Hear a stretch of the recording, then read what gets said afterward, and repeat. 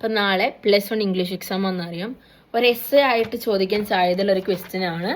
And then Gandhi came എന്നുള്ള ചാപ്റ്ററിന് അല്ലേ.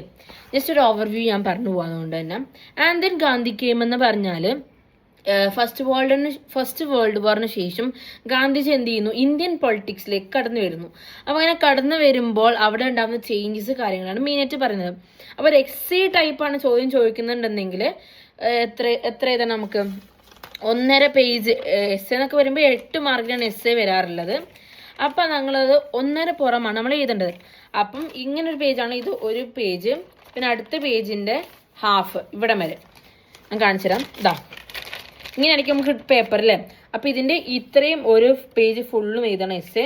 പിന്നെ അതിൻ്റെ അടുത്ത ഭാഗത്തിൽ ഹാഫ് ഇവിടെ വരെ എഴുതണം. അപ്പം അങ്ങനെയാണ് നമുക്ക് 8 മാർക്ക് സ്കോർ ചെയ്യാൻ പറ്റുന്നത്. അപ്പം ഈ ചാപ്റ്ററിൽ നിന്ന് വളരെയധികം കുറേ പോയിന്റ്സ് നമുക്ക് സാധ്യതയുണ്ട്. അതായത് ഫസ്റ്റ് നമ്മൾ എഴുതുമ്പോൾ വേണ്ടത് എന്താ വെച്ചാൽ ഇതൊരു എക്സേർട്ടാണ്. ഇത് ഒരു എക്സേർട്ടാണ്. ജവഹർലാൽ നെഹ്റു എഴുതിയിട്ടുള്ള ഒരു എക്സേർട്ടാണ് ആൻഡ് ദെൻ ഗാന്ധി കെയിം അല്ലേ. അപ്പോൾ ഒരു വേൾഡ് വാറിന് മുമ്പ്, ഫസ്റ്റ് വേൾഡ് വാർ, ഇന്ത്യയിലെ ഫസ്റ്റ് വേൾഡ് വാറിന് മുമ്പ് ഇന്ത്യ ഇങ്ങനെയായിരുന്നു അല്ലേ. ബ്രിട്ടീഷിന്റെ അണ്ടറിൽ വളരെയധികം സപ്രസ്ഡ് ആയിട്ടുള്ള ഒരു ഇതിലായിരുന്നു ഇന്ത്യയിലെ ആൾക്കാർ ജീവിച്ചിരുന്നത്. അപ്പൊ അങ്ങനെ ഗാന്ധിജി വരുന്നു, ആൻഡ് ദെൻ ഗാന്ധി കെയിം എന്നല്ലേ. അപ്പൊ ഗാന്ധി കെയിം, അപ്പൊ ഗാന്ധിജി വന്നപ്പോൾ അവിടെ ഉണ്ടായിരുന്ന ചേഞ്ചസ് എങ്ങനെയായിരുന്നു എന്ന് പറയുന്നത്. ഗാന്ധിജി എങ്ങനെ വന്നു? Gandhiji arrived like A world wind, ഒരു ചുഴലിക്കാറ്റ് പോലെ ഗാന്ധിജി വന്നു. പിന്നെ എന്തൊക്കെയായിരുന്നു,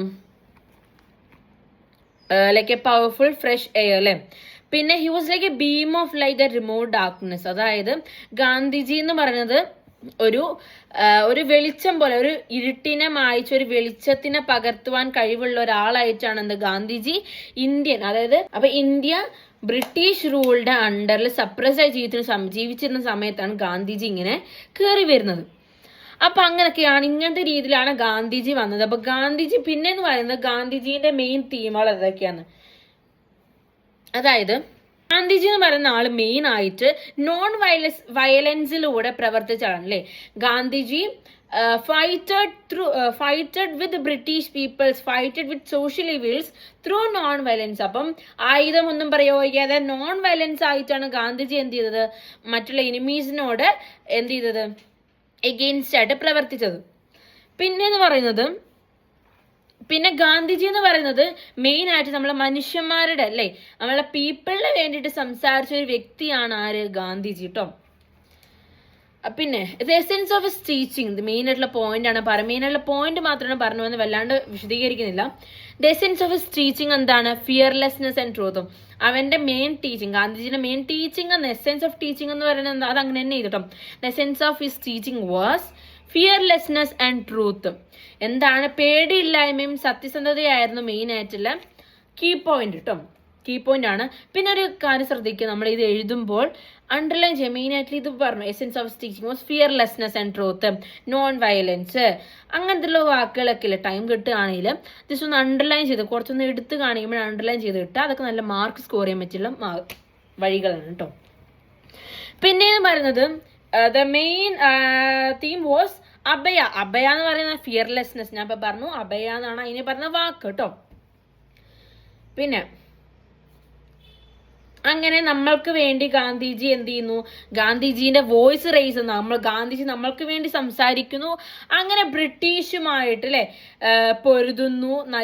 നമ്മളെ വേൾഡ് വാർ ഒക്കെ മാറ്റിമറിച്ച് എന്ത് ചെയ്യുന്നു, നമ്മൾ ആൾക്കാരെ എന്ത് ചെയ്യുന്നു, ഈ ബ്രിട്ടീഷിന് ടൈറ്റിൽസ് ഒക്കെ പിടിച്ചു നിൽക്കുന്നവരോട് എന്ത് പറഞ്ഞു, ഇങ്ങനെ ആവരുത്, you must come out of this, അങ്ങനെയൊക്കെ പറഞ്ഞ് എന്ത് ചെയ്യുന്നു. അപ്പൊ ഇങ്ങനെ ബ്രിട്ടീഷ് അണ്ടർ റൂളില് നിന്നോര് തന്നെ വിചാരിച്ചു അവരെന്നെ അഷേംഡ് ആവുകയാണ്, അവരെന്നെ അഷേംഡ് ആവുകയാണ്, ഇങ്ങനെ ബ്രിട്ടീഷിന്റെ കൺട്രോളിൽ തന്നെ നമ്മൾ നിന്നല്ലോ എന്നുള്ളൊരു ചിന്താഗതി അങ്ങനെ ആൾക്കാരിൽ ഉണ്ടായി. അങ്ങനെ എന്ത് ചെയ്തു, പിന്നെ പീപ്പിൾ ഫിയർ ചെയ്തു. മനുഷ്യന്മാർക്ക് പേടിയായിരുന്നു, ബ്രിട്ടീഷ് കൺട്രോളിലെ പേടിയായിരുന്നു. അപ്പൊ എന്തിനാ പേടിക്കായിരുന്നു മനുഷ്യന്മാര്? People fear about things. People fear about what things? People fear about landlords, money lenders, police, army, ഇങ്ങനെയുള്ളവരൊക്കെ എന്ത് ചെയ്യണു, പീപ്പിൾ ഫിയർ അബൌട്ട് ദം. പിന്നെ ഗാന്ധിജിന്റെ 2-fold ആക്ഷൻ പറയുന്നുണ്ട്. എന്തായിരുന്നു ഗാന്ധിജിന്റെ 2-fold ആക്ഷൻ?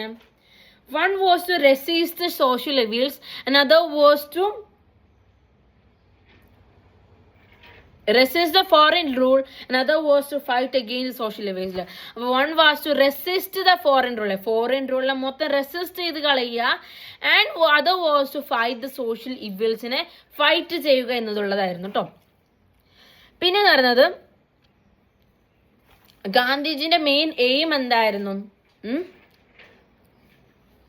മൈനോറിറ്റി പ്രോബ്ലംസിനെ സോൾവ് ചെയ്യുക, ഡിപ്രസ്ഡ് ക്ലാസിനെ എന്ത് ചെയ്യുന്ന raising of depressed classes, and ending the cure of untouchability untouchability എന്നുള്ളതിനെ ഒഴിവാക്കുക. അപ്പൊ എന്തൊക്കെയാണ്? Raising the depressed classes, solution of minority problems and cure of untouchability. 3 കാര്യങ്ങളായിരുന്നു ഗാന്ധിജിന്റെ എയിം എന്ന് പറയുന്നത് കേട്ടോ. അത് എഴുതാൻ മറക്കരുത്. പിന്നെ മെയിൻ ആയിട്ടുള്ള പോയിന്റ് എന്ന് പറയുന്നത് ഗാന്ധിജി, നമ്മൾ പലതരം റിലീജിയൻസ് ആണുള്ളത് അല്ലേ, അപ്പൊ ഈ റിലീജിയൻസിനൊക്കെ ഒന്നിച്ചു കൊണ്ടുവരിക എന്നതാണ് ഗാന്ധിജിന്റെ എയിം എന്ന് പറയുന്നത്. അപ്പൊ എന്ത് ചെയ്യുന്നു? അപ്പം ഫ്യൂഷൻ ഓഫ് ഓൾ റിലീജിയൻ ആയിരുന്നു മെയിൻ ഗാന്ധിജി ചെയ്തിട്ട്. Fusion of all religion, untouchability of intoxicants കേട്ടോ, അതൊക്കെ കൊടുക്കാൻ പറ്റുന്ന പോയിന്റ് ആണ്. അതുപോലെ തന്നെ Gandhiji acted as a psychological expert in people അല്ലേ. ഗാന്ധിജി, അത് മെയിൻ ആയിട്ട് പറഞ്ഞ Gandhiji acted as a psychological expert in people. അതുമൂലം തന്നെ ഇങ്ങനെ എല്ലാം ചെയ്തുകൊണ്ട് ഫൈറ്റ് ചെയ്തുകൊണ്ട് ഇക്വാലിറ്റിയും ഫ്രീഡവുമാണ് ഇന്ത്യക്ക് വേണ്ടി ഗാന്ധിജി നേടിയെടുത്തിരിക്കുന്നത്. പിന്നെ ഗാന്ധിജി എങ്ങനെയാണ്? ഗാന്ധിജി അട്രാക്റ്റഡ് കോമൺ പീപ്പിളിനെ അട്രാക്ട് ചെയ്തു. എങ്ങനെ? Like a magnet. പിന്നെ ഗാന്ധിജി ഓൾസോ ഇൻസ്പയർഡ് ഹിസ് ഒപ്പോണൻസും എനിമീസിനെയും and also those neutrals who does not know what to do or where to go അല്ലേ. ഒരു ദിശയും കാര്യങ്ങളൊന്നും ഇല്ലാണ്ട് ന്യൂട്രൽസിനെയും അതുപോലെ തന്നെ ഗാന്ധിജി ഇൻസ്പയർ ചെയ്തു. ആരെ? അവന്റെ എനിമീസിനെ ഒക്കെ എന്ത് ചെയ്തു? ഗാന്ധിജി ഇൻസ്പയർ ചെയ്തു കേട്ടോ. അപ്പൊ ഇത്ര കാര്യങ്ങളാണ് മെയിൻ ആയിട്ട്. 5 മിനിറ്റിനുള്ളിൽ ഞാൻ വീഡിയോ ഒതുക്കി. എല്ലാവരും നല്ലോണം പഠിക്കുക, നല്ല മാർക്ക് സ്കോർ ചെയ്യുക. ഇംഗ്ലീഷ് എന്ന് പറയുന്ന സബ്ജക്റ്റ് വളരെ ഈസിയാണ്, ഫുൾ മാർക്ക് സ്കോർ ചെയ്യാൻ പറ്റുന്നതാണ്. പിന്നെ +1 ആണ്, ഈസിയാണ്. +2 ആകുമ്പോൾ നമുക്ക് ഇത് നല്ല നമുക്ക് തിങ്ക് ചെയ്യാൻ കൂടി കഴിയില്ല, അമ്മാതിരി ഡിഫിക്കൽട്ട് ആയിരിക്കും. +1 നല്ലോണം മാർക്ക് സ്കോർ ചെയ്യാം. അപ്പൊ ഇംഗ്ലീഷ് പറഞ്ഞാൽ നമുക്ക് നമ്മളെ രീതി തന്നെ എഴുതാവുന്നതേ ഉള്ളൂ. പക്ഷെ കൺസെപ്റ്റ്, അതായത് ഇതിലുള്ള ചാപ്റ്റർ ഫുള്ളൊന്ന് ചാപ്റ്റർ എന്താണെന്ന് മനസ്സിലാക്കി വെച്ചാൽ നമുക്ക് നമ്മളെ ബാക്കി തന്നെ എഴുതാവുന്നതേ ഉള്ളൂ. So best of the luck.